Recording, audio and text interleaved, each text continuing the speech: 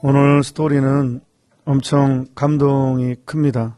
이 zakhe오는 세리 중에서 세관장이었습니다. 세관장이면 세무서장, 총책임자, 그러면 상당히 사회적인 지위가 상당했던 사람입니다. 돈 걷는 사람이니까.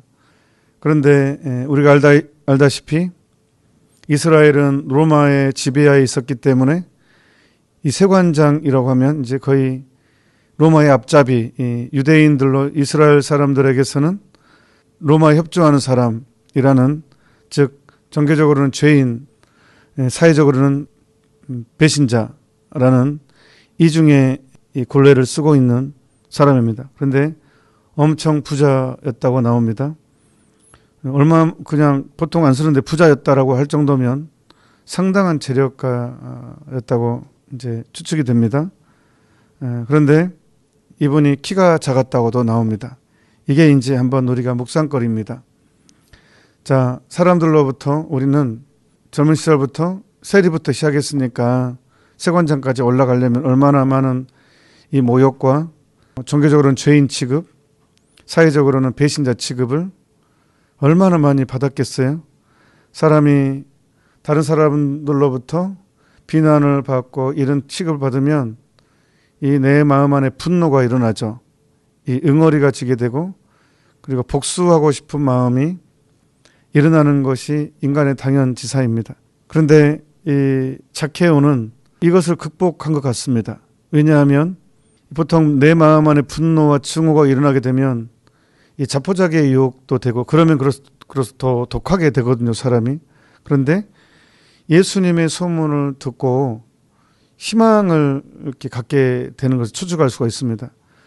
왜냐하면 모든 사람들이 자기를 비난하고 손가락질을 할 때 들리는 소문에 의하면 예수님은 세리를 초대하고 친절하게 대해주고 그냥 죄인 취급하지 않고 배신자 취급하지 않고 있는 그대로 그냥 하느님 나라를 선포하는 그런 소문을 들었을 때 믿기지 못했을 것입니다. 정말 그런 사람이 정말 있다고? 정말 나는 젊었을 때부터 숱한 비난과 조롱꼴의 대상이었는데 있는 그대로 나를 조롱하지 않고 나를 있는 그대로 받아주는 사람이 정말 있다고? 정말 위대한 어떤 납비라는 소문이 들리기도 하고, 그런데 정말 그런 사람이 있다고?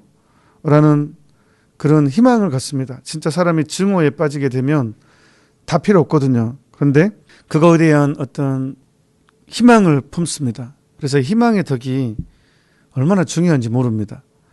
그래서 그분을 뵙고 싶은 마음, 정말로 나를 있는 그대로 받아봐주고 그 나를 돌멩이 던지지 않고 그냥, 그래서 근데 이제 드디어 우리 동네를 지나간다는 소리를 들어요. 정말로 설레임 가운데 그분을 만나 뵙기를 원했고 얼굴만이라도 보고 싶어 했습니다. 그런데 키가 작아요. 키까지 작네요.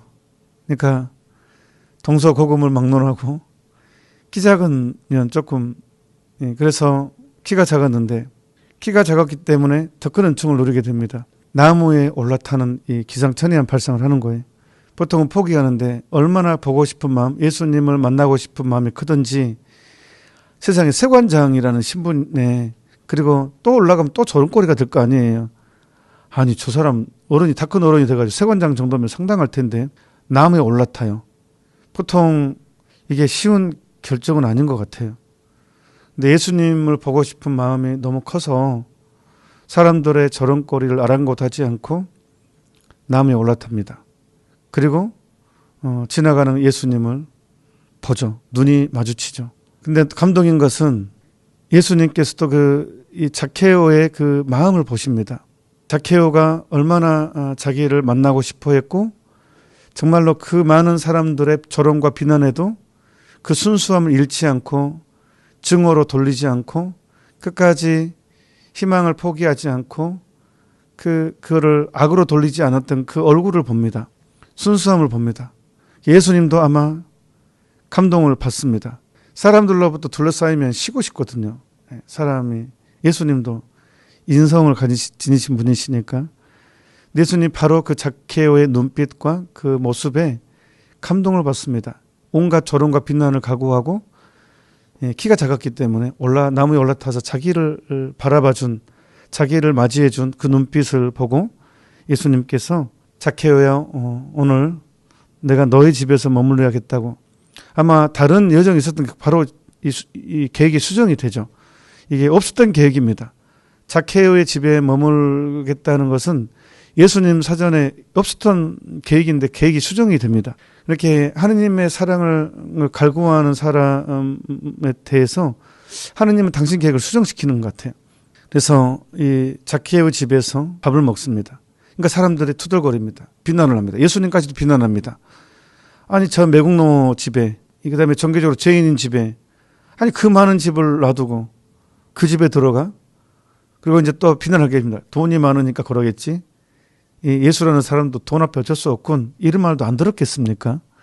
그런 말도 들었을 것이고, 죄인들과 한통속이네. 그러니까 매국노하고 합잡이 한통속이네. 예수라는 사람도 매국노야. 이 자케오가 누군 줄 알고 그 집에 들어가? 이런 얘기를 예수님 안 듣겠습니까? 엄청 많이 들을 겁니다. 이 배신자, 종교적인 죄인, 똑같은 한통속으로 취급되겠죠. 예수님은 아랑곳하지 않죠. 예수님은 자케오의 마음을 봤기 때문에 거기에서 정말로 평화를 느끼고 쉼을 느낄 것입니다. 그래서 예수님도 그 집에 머무르고 싶었고, 자케오가 수많은 시간을 견디어낸 그거를 칭찬해주고 싶었을 것입니다. 인내해준 그거를 중으로 갚지 않고 자신의 어떤 역경을, 그 운명을 원망하지 않고 잘 견뎌낸 이 자케오에 대한 선물도 주고 싶었을 것입니다. 그러니까 그리고 또 자케오도 치유가 일어났을 것입니다. 많은 사람들은 자기를 볼 때 증오, 멸시, 무시, 그 눈빛에 그 눈에 얼굴에 있잖아요. 나를 무시하는 거 다 알아봅니다. 사람은 저 사람은 나를 무시한다. 나를 증오한다. 눈에 희한하게 눈에 다 들어있어요. 신기하죠. 인간의 눈은 너무 신기한 것 같아요. 그 사람의 분노, 미움 이렇게 눈에서 말을 해요. 눈이 말을 합니다. 그런데 자케오는 자기 경험하지 못한 눈을 보게 되겠죠. 정말로 자기를 단죄하지 않고 판단하지 않고 자기의 그 마음을 알아봐주고 따뜻하게 바라봐주는, 정말로 그 안에서 자케오도 깊은 평화를 느꼈을 것입니다. 엄청난 위로, 몇십 년을 참아온 그런 이 상처가 그 순간 다 녹아나지 않았을까. 우리 인생에는 이런 순간이 옵니다. 끝까지 희망하는 사람한테는 이런 것을 만나게 해주는 게 하느님이십니다. 우리를 알고 계시기 때문에. 그러니까 우리는 끝까지 희망해야 됩니다. 어떤 경우에도 포기하지 말고 희망을 해야 됩니다. 자케오는 희망하는 사람이었겠습니다. 그렇기 때문에 희망을 만납니다. 그래서 자케오가 너무 감격에 겨워서 인간이 가장 어려운 것을 해냅니다. 돈을 양보하는 거. 이 열심한 사람도 이것만큼은 어렵습니다. 인간에게 가장 어려운 행위, 돈이 많을수록요 더 힘듭니다. 돈 나누는 게요, 돈이 없는 사람이 더 힘들 것 같죠? 아니에요. 돈은요, 돈을 요구합니다. 그렇기 때문에 돈이 많은 사람일수록 돈을 나눈다는 게 훨씬 힘듭니다.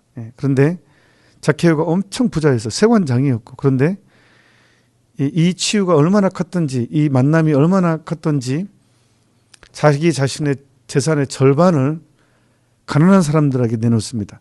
그러니까 예수님이 원하는 걸 정확히 알았습니다.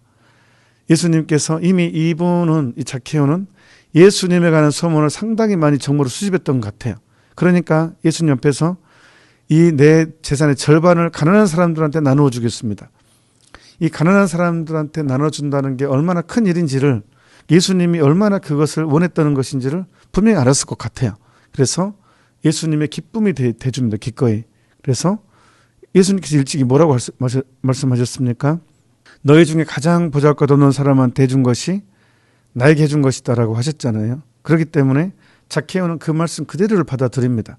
그래서 자기의 재산의 절반을 가난한 사람들한테 나누어 주겠다고 선언합니다. 분명히 자케오는 집안의 종들이 분명히 당시 시대의 상황 때문에 종들이 분명히 많았을 것입니다.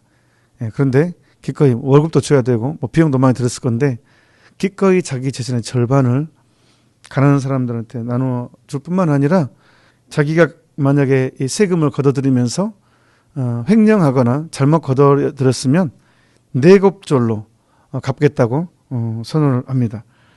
그래서 예수님도 얼마나 기쁘셨던지, 예수님도 얼마나 기분이 좋으셨던지 그냥 자케오야 너는 구원받았다가 아닙니다. 완전히 통 크게 쏘십니다. 오늘. 어떻게 말씀하십니까? 예수님께서 그에게 이르셨다. 오늘 이 집에 구원이 내렸다. 그럼 무슨 뜻입니까? 오늘 이 집에 구원이 내렸다. 그 집에 있는 모든 사람들에게까지 그 은혜를 미치겠다는 거예요. 자케오의 이 한 사람의 이 행위가 그 집안 사람들 모두에게 미친다는 거예요. 심지어 저는 그 종까지 포함됐다고 생각을 합니다. 이 집에 구원이 내렸다라는 것은 그 집에 일하고 있는 사람들의 식솔까지 다 포함한 것. 그러니까 얼마나 행운이에요. 자케오의 그 주인의 그 이 위대한 이 행위가 그 사람들에게 그 종들에게까지 미쳐서 세상에 인간이 가장 듣고 싶어한 말을 듣습니다. 이 집에 구원이 내렸다. 그냥 바로 그냥 그 사람이 어떤 사람들 따지지 않고 자케오의 이 행위로 인해서 그냥 구원을 다 내려버리시는, 통 크게 쏘시는 예수님을 봅니다. 그러니까 오늘 이 자케오와 예수님은 너무 멋진 만남, 진짜 너무 두 분 다 너무 멋지십니다. 그래서 우리는 그래서 이 자케오를 통해서 어떤 경우에도 우리는 심리학에서는 오른뺨을 맞으면 같이 때려라라고 가르치죠. 아니면 너 속 터진다, 너 속병 든다 라고 하지만 자케오를 통해서 우리는 심리학을 넘어선 하느님의 마음을, 하느님께서 하신 일을 보게 됩니다. 우리가 참고 봉헌하고 끝까지 예수 그리스도께 대한 희망을, 주님이 나를 도와주실 것이라는 희망을 끝까지 포기하지 않는 사람은 바로 주님께서는 분명히 방문해 주신다는 것. 그리고 자케오는 사람들의 비난에 대해서 끝까지 극복했습니다. 나무에 올라탄 것이 바로 그런 사건입니다. 사람들의 비난, 조롱거리에 위축이 됐다면 나무에 올라갈 수 없습니다. 사람은 또다시 조롱거리를 받기 때문에. 하지만 예수님을 만나겠다는 그 희망이 모든 것들을 극복하게 만들었습니다. 그렇습니다. 인생은 힘듭니다. 정말로 시련도 큽니다. 넘어지게 하는 많은 것들이 내 삶에 도사리고 있습니다. 우리가 그것을 이겨내게 하는 것은 바로 희망, 주님께 대한 희망, 주님만은 나를 온전히 이해해 주시고 받아주신다는 그 희망을 절대로 포기하지 않는다면 우리는 분명히 그 희망의 주님을 우리는 자케오처럼 누리게 될 것입니다. 주님께서는 나의 집에서도 쉬고 싶어 하십니다. 그러니까 중요한 것은 원망을 내려놓고 분노를 내려놓고 그냥 주님만은 나를 이해해 주신다는, 그리고 주님은 나를 받아주실 거라는 그런 믿음을 간직한다면 분명히 예수님은 나에 대해서도 마리아야, 데레사야, 오늘 나는 너 집에서 쉬어야겠다라는 말을 하게 될 것입니다. 주님께서는 원망 없는 여러분 마음 안에서 쉬십니다. 잠시 묵상합시다. 아멘. 11월 1일은 모든 성인 대축일입니다. 이날은 특별히 우리 모두는 성인들이 되어야지만 천국의 상속자니까요. 우리 모두를 위한 축일이 되기도 합니다. 그래서 외국에서는 이날 다 쉬는 날입니다. 대축일 지정돼서 빨간 날입니다. 빨간 날. 네, 우리나라는 정교지역으로 취급돼서 그렇지만 되게 큰 축일로 지내는 날이거든요. 하여튼 그 감각을 가지고 있었으면 좋겠습니다. 그 다음에 11월 2일은 위령의 날입니다. 죽은 모든 연옥 영혼들을 위해서 우리가 특별히 연대를 가지고 특별히 기도하는 날입니다. 그래서 교회에서는 전통에 따라서 이때 연옥 영혼들이 가장 많은 은혜를 누립니다. 연옥 영혼들을 위한 날이잖아요. 1년 365일 중 유일한 날입니다. 그래서 첫째 미사, 둘째 미사, 셋째 미사 다 연옥 영혼들을 위해서 미사를 봉헌해야 됩니다. 그래서 CMBS에서는 첫째 미사 7시에 생방송으로 라이브로 미사를 봉헌할 것이고 10시에도 따로 둘째 미사를, 10시 미사는 아무도 기억하지 않은 연옥 영혼들을 위해서 누구도 기회 주지 못하는 가족이 전부 죽을 수도 있었고 그런 또 가족의 냉담으로 인해서 기회 주지 못한 영혼들이 있을 수 있고 개종으로 인해서 둘째 미사는 아무도 기억해 주지 않은 연옥 영혼들을 위해서 미사를 봉헌할 것입니다. 그리고 셋째 미사는 교황님의 지향에 따라서 그 지향에 따른 셋째 미사가 봉헌될 것입니다. 여러분들도 이날은 주변에 도시본당 같은 경우는 주변에 성당이 꽤 있으니까 서로 시간을 좀 알아봐서 이렇게 좀 관심을 가지고 이날 영혼들을 많이 생각해 주는 날이 되었으면, 또 11월 달째가 위령의 달이니까 특별히 또 기억해 주는 달이 되었으면 좋겠습니다. 영혼들은 얼마나 이 날을 기다리는지 모릅니다. 그 기다리는 영혼들을 위해서 함께 우리도 연대했으면 아주 좋겠다고 생각을 합니다. 그리고 나머지는 저기 방송 편성표 참고해 주시면 되겠습니다. 그리고 이번 주 첫 목요일인데 원래 일성시 모친기도 곡으로 하려고 한 달에 한 번은 하는데 그걸 곡을 미루고 목요특강 연계해서 끊어지면 좀 그럴 것 같아서 이번 주 목요일 목요특강은 양심성찰에 대해서 어떻게 고해성사를 보는 거, 요령 같은 거, 1계명부터 10계명 영원한 법을 알아야 죄가 뭔지를 느낄 수 있고 더 깊게 느낄 수 있거든요. 그래서 양심성찰 부분을 하도록 하겠습니다. 그래서 많은 사람들이 목요 강좌에 참여할 수 있도록 서로 초대해 주시면 고맙겠습니다. 아울러 가톨릭 성모방송 앱이 출시되었습니다. 앱스토어에서나 구글스토어에서 가톨릭 성모방송국 치시면 앱이 나올 것입니다. 그 앱을 이용하시면 훨씬 더 수월하게 CNBS의 동영상들을 접할 수 있습니다. 주님께서 여러분과 함께 또한 사제의 영과 함께 전능하신 천주 성부와 성자와 성령께서는 임사에 함께한 모든 이들에게 강복하소서. 아멘. 미사가 끝났으니 가서 복음을 전합시다. 하느님 감사합니다.